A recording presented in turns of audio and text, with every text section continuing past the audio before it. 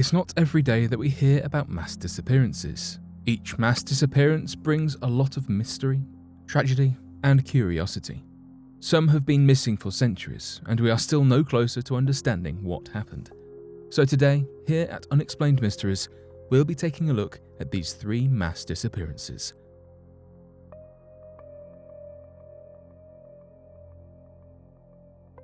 The Martin family disappearance. On December 7, 1958, Ken and Barbara Martin drove from their home in Portland, Oregon, to Columbia Gorge in Hood River, Oregon.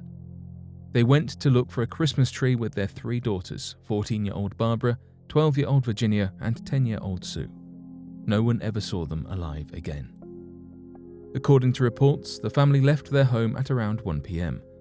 Friends began calling the police when they didn't return after a while, but no one took the case right away. After a few days, police found a credit card receipt showing that Ken bought gas near the gorge. Based on tire tracks, the Hood River sheriff believed that while trying to back up in the parking lot, they must have accidentally driven off the cliff into the Columbia River. Detective Walter Graven thought the family's trip seemed odd, and he continued to investigate despite what the sheriff had concluded. While inspecting the tire tracks, he also found paint chips nearby. He sent the paint chips to be examined at an FBI crime lab, and they confirmed that the chips matched the Martin family's car. Someone found a gun close by near a car that had been stolen and abandoned. Although they turned it over to the police, the gun was never used as evidence in the case. The gun was covered in blood, leading Graven to believe it was used to beat someone to death. Graven eventually connected the gun to the parents' son, 28-year-old Donald Martin, who was in the Navy at the time. Years before this, Donald had been accused of stealing a gun while working in a sporting goods store. It was believed that this was the gun he had supposedly stolen. Graven found out that Donald didn't have a great relationship with his family, and that he never came back to Oregon to look for his family. Graven believed that Donald must have had something to do with the family's disappearance because no one else seemed to have any motive. In May 1959, the bodies of Virginia and Sue were found floating in the river. According to the autopsy, the death of both girls was caused by drowning. Virginia also had a hole in her head, which only led to more questions. Unfortunately, it was never confirmed what caused the hole. Donald didn't attend the memorial service, but he did meet with Detective Graven in June. He told Graven he didn't know of anyone who would want to hurt his family, but that he didn't believe it could have been an accident either. The story stayed in the news for almost a year after the family's disappearance. Many investigators and journalists have tried to find out what happened that day, but no one has been successful. Graven had always said the case probably wouldn't be solved unless they could find the car and the other bodies. Before he died in 1988, he gave his notes to Jay Waterbury, who worked with the Dallas Police Department. Waterbury has hope that the case will be solved one day.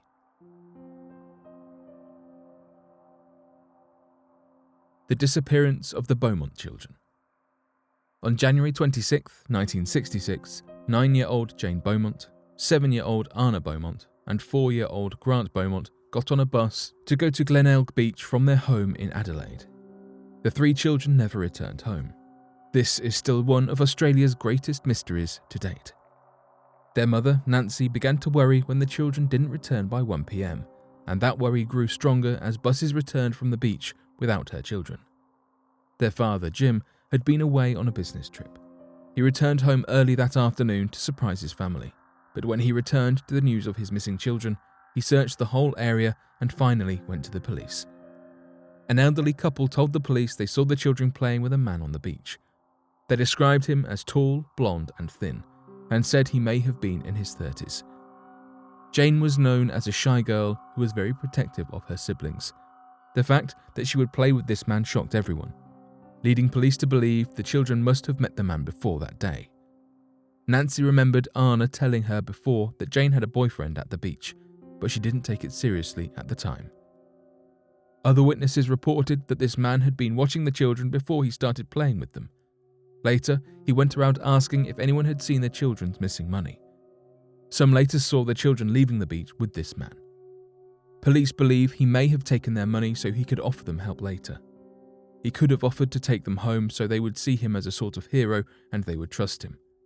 Not long after they left the beach, the children at a local cake shop buying pastries and a meat pie. Their parents didn't believe the children would want to buy a meat pie because they would rather buy sweets.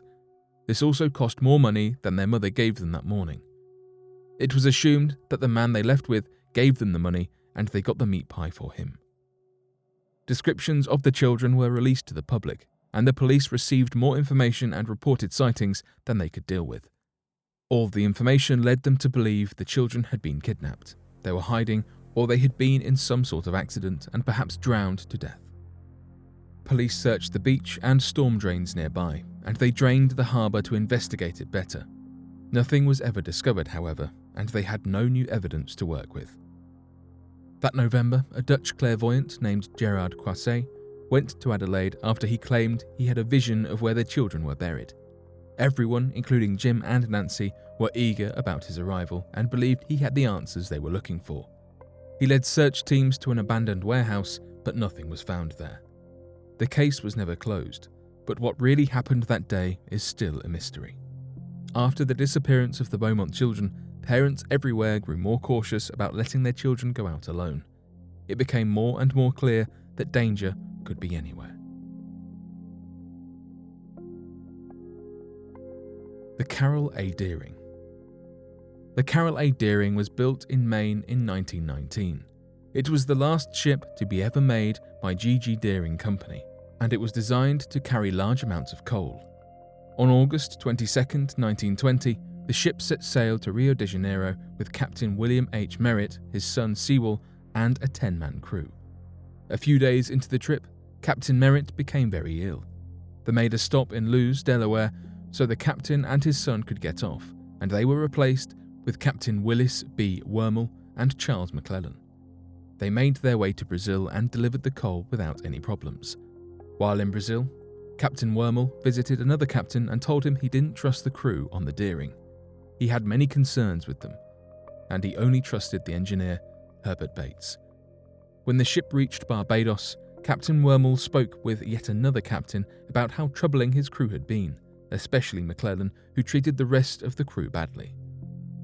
The captain he spoke with, along with two others, heard McClellan say that he would get Captain Wormel before they made it to Norfolk. While sailing through a storm off Cape Fear, the ship lost its anchors and chains. On January 29, 1921, the Deering came to the Cape Lookout lightship and tried to radio for help, but the radio at the lightship was out. Thomas Jacobson, the lightship's keeper, said someone tried using a megaphone since the radio was out, but the man had broken speech and didn't seem to act like an officer.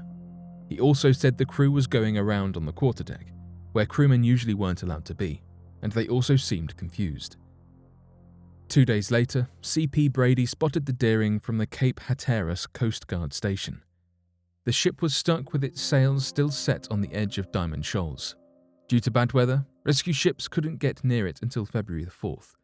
By the time the rescue crew got to the ship, it was taking on water and had been abandoned. Strangely, almost everything inside the Deering was damaged, but it didn't seem to have happened completely by accident. It appeared that the binnacle box had been forced open and broken with a sledgehammer found nearby. The ship was missing various things such as navigation equipment, life rafts, and the crew's personal items. They also found food left on the stove, leading them to believe they were preparing food at the time the ship was abandoned. The Deering was damaged beyond repair and was destroyed. The government launched an investigation to find out what happened, but no official conclusion could be made. The ship had been sailing away from any bad weather, and there was no evidence of piracy. Many believed there may have been a mutiny, which would explain the man Thomas Jacobson saw trying to get help. They also considered the idea that when the ship got stuck, the crew got away on lifeboats and were swept out to sea. None of the crew was ever found, and neither was any wreckage or lifeboats. The story of Carroll A. Deering is one of the most popular mysteries among sailors. It is now often referred to as the ghost ship of the Outer Banks. Many people have theories about what happened, but it is likely that no one will ever know the truth.